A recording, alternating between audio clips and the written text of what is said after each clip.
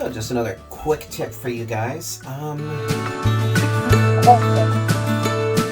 been brought to my attention that there has been a major breach in base cells ENBs. So something which I should mention, great topic for a quick tip, is to secure your equipment. Do not expose core equipment to the outside world. Why? Because your shit will get hacked. UB&T has proven this in the past, so has Microtix, so has Cisco, Juniper. Most big brands have actually had this issue. So how do you protect your equipment? Don't allow direct external access. In fact, most equipment has support for what are called ACLs, whether you can do that through, well, in this case, it'd be IP based. So let's use an example. You've got some access points and CPEs, right? Well, would you give them a direct public IP address? Oh, fuck no. No. In fact, if you watch my video on layer 2 isolation, it tells you to elevate those devices into a VLAN that can't be accessible.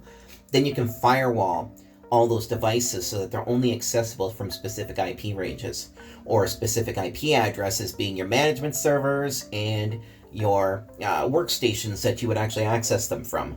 Okay, the reason why we do this is quite obvious. Right now there's a huge zombie attack on the base cells ENBs, and the way that happened was that you've got some ENBs that have a public IP address on them or one-to-one NAT to access them, which means they're directly accessible from the outside world, and that means hackers can get to them. And if there's a botnet or some type of a zombie virus out there, they infect other base cells devices, and once one's infected, any that they might be able to find will get infected as well. And a lot of these devices will scan IP ranges and knock on doors. So when they finally find something that will accept their code, then the attack is put in, and that's how it works. And if it gets inside of your network on just one device, then that's how it transfers into the rest of the devices on the network. How do you prevent this? Let's go back to that again.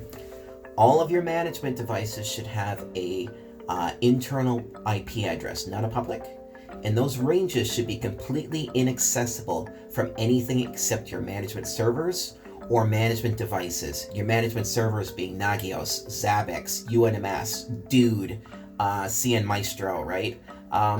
Whatever you're using, right?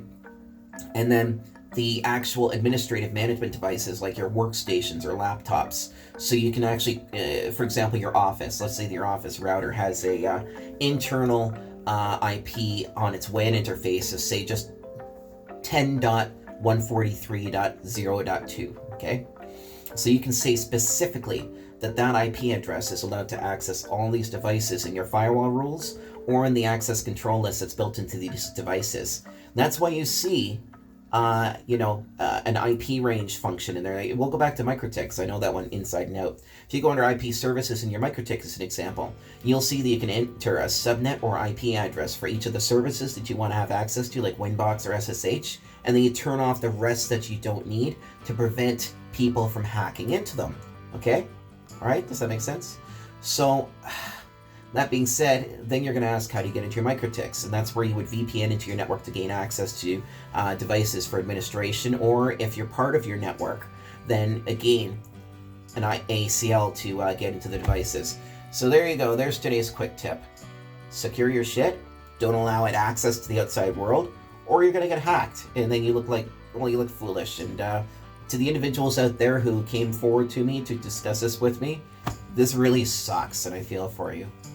So I am in no way digging on any of you guys. I am just humorously trying to convey a point to you guys so that you realize that security is critical, and clearly I need to do a video on security, so I will actually be talking to a few of my industry peers that specialize in security, and I might even get them to do the video instead, somebody who's far more advanced in security than I am. Otherwise, I will present to you guys a video on securing your devices, because clearly that's needed. Anyway, thanks guys. I hope that you enjoyed today's quick tip, and be safe.